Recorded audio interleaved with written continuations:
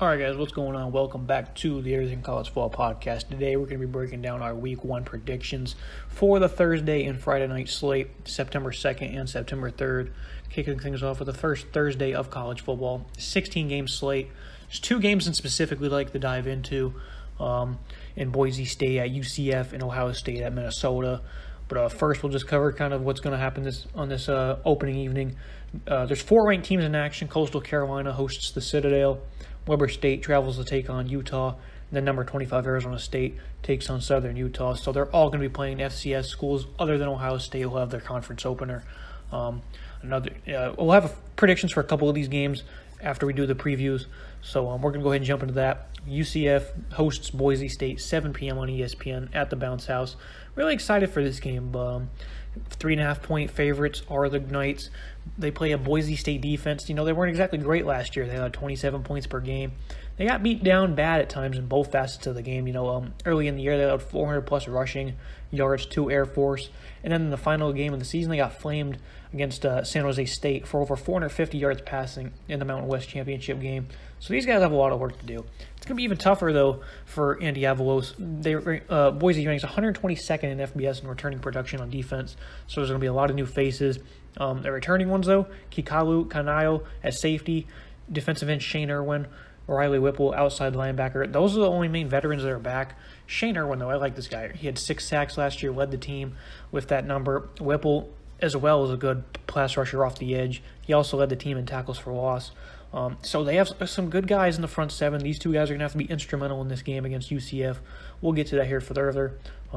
Corner Markel Reed, I think he's a guy people think he can become an elite corner this season. He's a very good ball player. He's going to have tough matchups on the outside. Very important matchups for Boise State with those guys we just mentioned.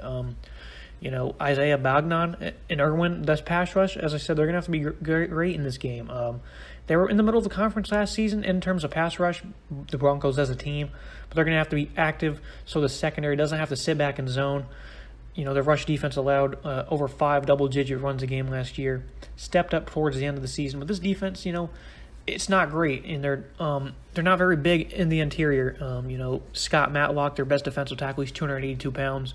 Divine Abachiri, he's 314. He's going to have to step up. He's a good player in his own right. But out of the 4 main guys you're going to see in the rotation, only one of them is over 300 pounds, and that is Abachiri. So, the matchup they're going to have, though, UCF's offense, they ranked 2nd in yards per game last season, 568. They also had 42 points per game. Gus Malzahn's going to come over. Josh Heupel is gone, but the offensive fall-off, there's not expected to be one whatsoever. He's going to keep some of the same principles. So he's also going to incorporate a bit of a power running game, inside zones, RPOs. So it's going to be a little bit of everything with this UCF offense. They did lose their top 3 receivers, though. Johnny Richardson, though, he's going to step up. Athletic speedster, former 3-star all-purpose back. Pretty excited to see what he can do this season. Following Malzahn over Mark Anthony Richards, pretty good offensive line these guys will be running behind. Cole Schneider at left guard, been on the 1st or 2nd All-AAC team, 3 years running. He's expected to do it a 4th year. Edward Collins and Samuel Jackson, veterans at tackle as well. These guys are very respectable. As I said, the biggest matchup in this game, in my opinion, is the Boise State pass rush against UCF's offensive line. It's going to be a tough task. It's going to be a tall one. We'll see how active they are in pursuit, So, because they're going to have to take down Dylan Gabriel. This guy is phenomenal. 32 touchdowns, 4 picks last year. Averaged over 357 yards a game. Top weapons, Jawan Robinson, Ryan O'Keefe are back. These guys are phenomenal. Especially Robinson, a very explosive pass catcher on the outside. Reed's going to be tasked with trying to cover him on the outside. It'll be interesting to see what Boise does with their coverage. We'll get to that here in a moment. But Jalen Robinson, a big-time playmaker. You're going to hear his name called a lot. And then they also had a Jordan Johnson from Notre Dame. He's a former big-time talent. So they're pretty deep at receiver. Boise State certainly have a tall task in the back end. Moving to the Broncos offense, Hank Bachmeier, Jack Sears, they're going to battle for the starting nod. Hank Bachmeier has been great in his appearances, but he's been unable to stay healthy. He only played in 5 games last year. He did average 230 a game. The Broncos went 4-1 in his starts. I like Bachmeier, though. He throws with accuracy. He can take a hit on the chin and still deliver a great throw.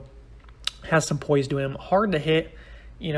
Once he establishes a rhythm, though, this guy can just drill you in the back end. He is incredibly impressive. But it's hard to establish one when you're consistently hurt. He missed the back half of 2019. He also missed 2 games last year. So that's one thing we're going to be looking for this year is Hank Bachmeier's health. He does have some premier weapons, though. C.T. Thomas, 117 grabs, over 1,500 yards in his career. He'll be lining up along with Khalil Shakur. Shakur has 115 of his own over just the past 2 seasons alone. The thing about him is he can be great in the slot or out wide. Highly impressive pass catcher. Shakur is among the nation's top 10 pass catchers, in my opinion. Another tall task that, both secondaries are going to have tall tasks. Another one here for UCF with Shakur, and it'll be interesting to see how they can cover him.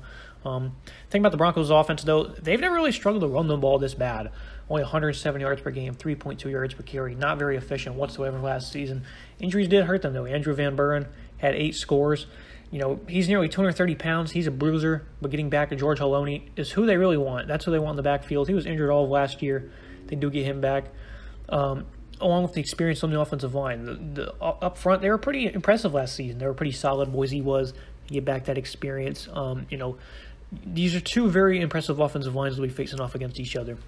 The Knights, they will do what they can to take away Shakur, though. I think they're going to press him, shade an extra defender to his side of the field. UCF defense is not great. They were outside the top 90 in most categories last season, 123rd in yards per game allowed. They gave up 640 in back-to-back games at the end of the year, so momentum is certainly not on their side. But they do have some good players. I like the interior defensive line they possess.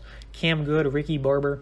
These guys allowed 4.3 yards per carry versus the run a season ago, but I feel like this is going to be an equalizer in this game, Good and Barber. Eric Gilliard, middle linebacker, he's back. He's a premier playmaker for this team. You're going to hear his name called a lot as well. And they did add some depth on the defensive front. Landon Woodson's back. Big Cat Bryant comes over from Auburn. I am worried for the secondary, though. Gant and Robinson. Aaron Robinson is gone. Boise State, they can be heavy hitters with Shakur, but their downfield passing attack, it is inconsistent. I think they will have the opportunity to make some big plays downfield. They're just going to have to connect. And if they can get some things going downfield with their passing attack, then this one could become wide open. But what I think will happen, I think UCF, they're going to be able to run the ball. I think they'll close up the box, so Gabriel and his pass catchers can do some work on the outside. I think the balance is just going to be too much for Boise. If UCF's pass rush, like I said, if it can't keep it going, then it will allow Boise to make plays downfield. But if they can provide consistent disruption, then Boise's going to have trouble. I think that's the biggest impact. I think that's the biggest question mark for both teams is whose front seven is going to do the most damage in this one. With both these defenses kind of being shaky, their pass rushers are going to have to step up. I think UCF's will step up the most. I think UCF's offensive line with those veteran tackles are going to step up. I think they're going to be good all day long. UCF, they also thrive at making turnovers, So I think they can cover in this game. I think 37-27 is the pick. I do think this could be a very close ball game, though. UCF at home, I predict them to cover. Next up, number 4, Ohio State. They travel to Minnesota, 13.5-point favorites. This matchup features 2 of the best offensive lines in college football, which we'll get to. Starting with this Ohio State offense, though, C.J. Stroud, he'll be making his debut under center, along with 5-star freshman running back Travion Henderson. They also have a loaded wide receiving core. Garrett Wilson, Chris Olave. Minnesota's going to have to figure out a way to cover these guys. They're incredibly deep, though, too. They have insane depth. Julian Fleming, Jackson Smith, and Najibe. You can go on. These guys are incredibly deep. It's going to be a real test to see what they can do against this offense. Focusing on the offensive line real quick, Nicholas Petit-Frere, Thayer Munford. It is the top tackle duo in all of college football. It's going to be an interesting matchup for Minnesota. We'll get to that here in a second. But Minnesota last year, they were not very good against the run. They allowed well over 200 yards a game. Lavelle Martin and Niles Pickney come over from the ACC, NC State, and Clemson, respectively. So they beef up their interior. Boye Maffei, he's an athletic freak off the edge. You're going to hear his name called a ton because he's going to be the X factor in this game. He can certainly take, if he can stay healthy and he can get the reps, he can take over this game. Not just in this game specifically, but over the course of the entire season. Boye Maffei, phenomenal player, and that's why it's so important to discuss the offensive line for Ohio State because they're going against a team that wasn't very good at defending the run last season, and they're incredibly big. They're incredibly strong, incredibly talented. Minnesota's not lacking, though. They get 5 seniors back. Daniel Fatih, 6'9", 400 pounds at right tackle. These guys are absolutely stacked themselves. I think Muhammad Ibrahim will be a Heisman finalist running behind these guys. 191 yards per game last year as a team running the ball. 153 came from Mo. He had over 1,000 yards, 15 scores in 7 games, so he's going to rack up the production. But the matchup really doesn't favor Minnesota in this game. Ohio State, despite their defense being gashed in the back end last season, they were 6 against the run. They didn't allow much at all. They were stonewalling opponents. Haskell Garrett is back at defensive tackle. It's going to be. I can't wait to see the matchup on the interior Minnesota offensive line against Haskell Garrett. He's a complete game wrecker. Gets his hands up, gets to the backfield, high motor. They're also very deep on the defensive line. But Zach Harrison, Tyreek Smith, 2 guys a lot of people expect to break out this season as pass rushers. They haven't exactly flourished yet during their careers at Columbus, but this season is going to be a big breakout for both of them. And this is going to be a good start for them against a very active offensive front. I'm also interested to see who can step up at linebacker for Ohio State. Trejada Mitchell, Dallas Gant, Cody Simon. Those are some of the names I'm looking forward to seeing. Who's going to stand out? Who's going to take the reins at that position for Ohio State? They have experience. They have some solid depth, but they do not have any proven playmakers at the position. The best passing attacks in Minnesota faced last year, Maryland and Purdue, shredded them through the air. I do like safeties Justice Harrison and Tyler Nobin. They're the best in the back end, but this 5-man coverage unit, it's going to have its back against the wall. They can't sit in too high zone all game, especially with this rush defense. Their DBs are going to have to make plays. They're going to have to be physical at the line.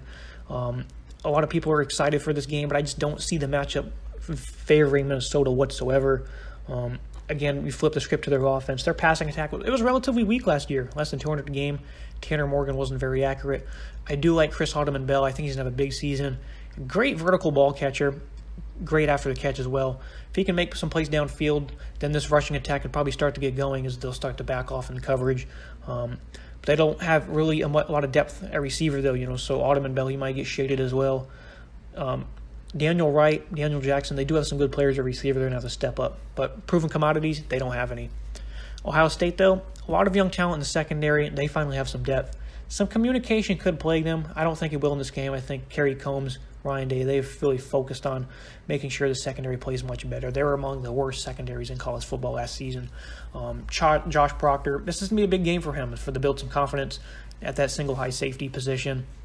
That position really plagued Ohio State last season, as did Sean Wade, but safety was really a big area for concern. I think they'll be much better this season. I don't expect them to be pressured much downfield.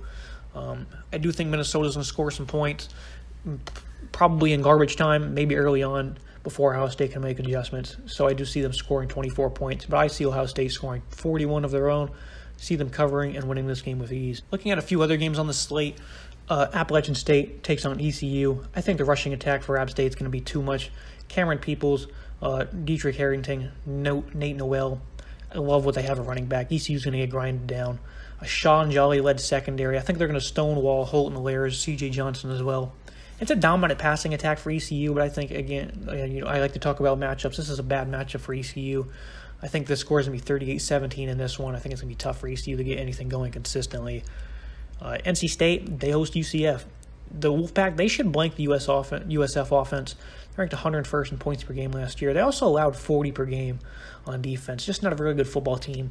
Spread is 16.5. I see NC State making a big statement in this game, 45-14. I think they're just going to run away with this one. Temple takes on Rutgers. An interesting one here. No experience is back for the Owls. They did add Dwayne Mathis from Georgia in the offseason. He was unimpressive, though, for the Bulldogs. Noah Verdell led offense for Rutgers. I like what these guys got going. Bo Melton, a phenomenal receiver. You should see him make some big plays in this game.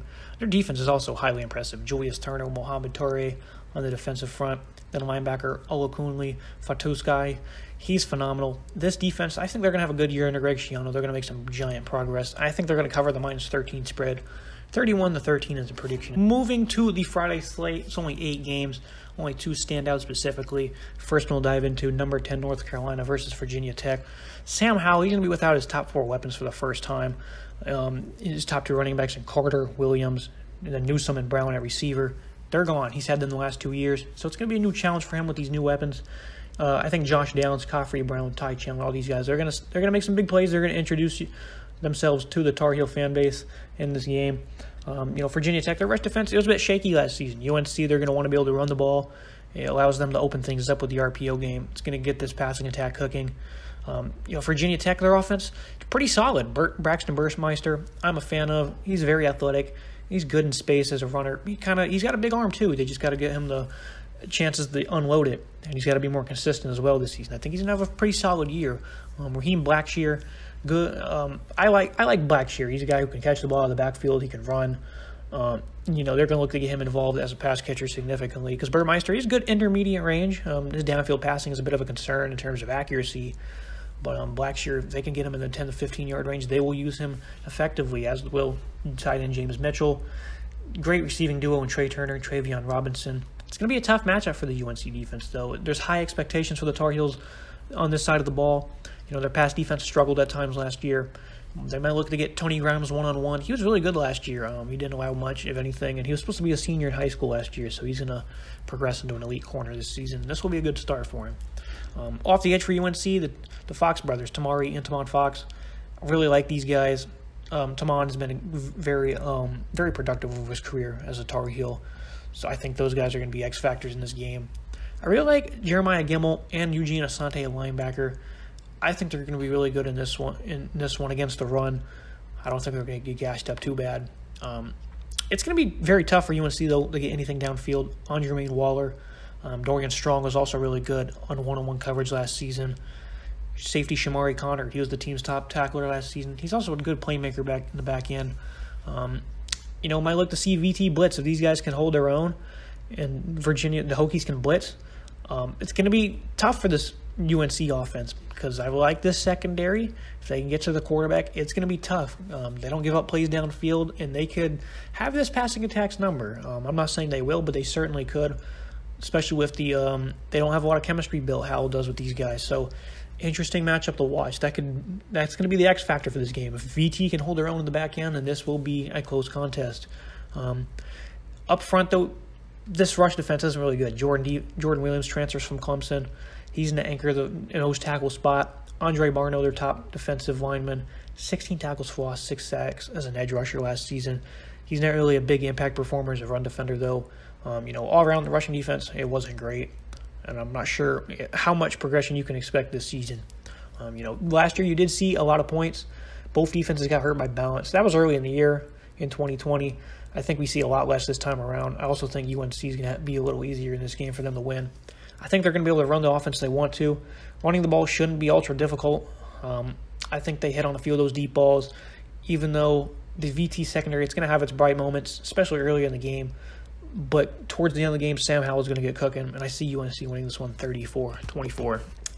Game I'm interested in watching, Michigan State, Northwestern. Michigan State plus 3.5. I think they cover in this one. We'll see, and I'll break down why. The Spartans, they have some new ads on offense. Running back Kenneth Walker, that is. He's going to add some playmaking to its backfield. They only averaged 91.3 yards per game last year. He's exceptional running off double-digit carries. Anthony Russo, he also comes over to take over the quarterback position from Rutgers. He's been very solid throughout his career. I think he's going to give these receivers, Ricky White, Jaden Red, Jalen Naylor, they're going to get plenty of opportunities. Russo at quarterback. The veteran experience should certainly help as well. The offensive line, they have some work to do. A.J. Akuri, though, Matt Allen, very good guys. Some nice building blocks to work with this year. I like this offensive line. It should be good enough against Northwestern defense. They got grinded down late in the year. Their defensive line was not very good. Michigan State's best rushing effort last year actually came against Northwestern. I'm not going to look at last year's game and go, they're going to win this game because of that. But they did get hurt late down in the year, and there's really not a lot of reason to expect anything different. It's a very inexperienced team on defense. Chris Bergen and Bryce Gallagher, those guys are stars, though. They're back at linebacker. All around to a completely new front seven. I don't feel as Russo is going to have to make a lot of big plays with his arm, So the top defensive players for Northwestern and Brandon Joseph, A.J. Hampton in the back end, they're not going to have a lot of opportunities to make an impact, have their presence felt in coverage. So I see that. I think this is an advantage for the Michigan State offense because I think they're going to be able to run the ball pretty effectively. And Northwestern, I don't think they're going to be able to respond. Hunter Johnson, he's back at quarterback. Could be bad news for the Wildcats. In 2019, he only completed 46% of his balls, 1 touchdown, 4 picks, averaged 72 yards a game. Not a very efficient ground game for Northwestern either. They were mainly built about just working hard. Had 2 games last year of 50 to 60 carries, still ran for less than 170 yards. They were not very efficient whatsoever. And they're also very thin at running back. Evan Hall, he was solid in 2019 with limited touches. he's going to likely get the bulk of the carries. Drake Anderson and Cam Porter both gone. Porter, he was just recently ruled out with an injury. So it's going to be really tough, especially going against this Michigan State front. Jacob Pasnuk, Drew Jordan, Drew Beasley. They have some ballers up front. It's just going to make things incredibly difficult for Northwestern offense. They don't have balance to begin with, and if they get forced to be one-dimensional, it's going to be even more of a train wreck. Much like Northwestern, I don't think their secondary is going to be tested much. I don't think the young secondary for Michigan State will be tested much either. Mel Tucker, he was very active in the transfer portal. They got some good ball players. Tucker's a defensive specialist, too. I think they're going to flat out just control the trenches in this one and win on the road. Michigan State 21-13. I still think it'll be a close score because Michigan State, they're not elite by any means in any category. So I don't think they're going to run away with this one, but I do see them coming on the road and winning this one. I think they will control the line of scrimmage throughout 4 quarters of ball.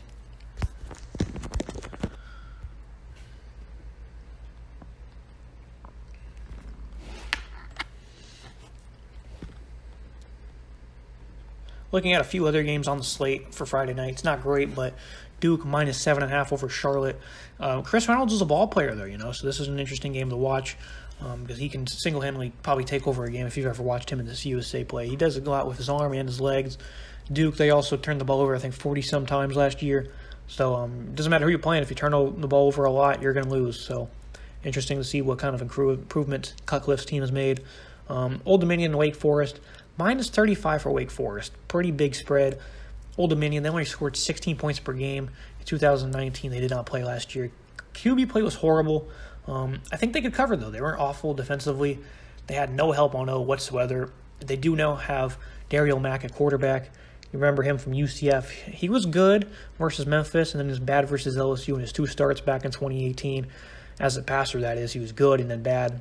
I like what he does with his legs well. So this matchup should allow him to make some plays, though, I do think. Wake Forest, they're not very great defensively. DB Nick Anderson's a good player. I think that's a guy you should watch out for.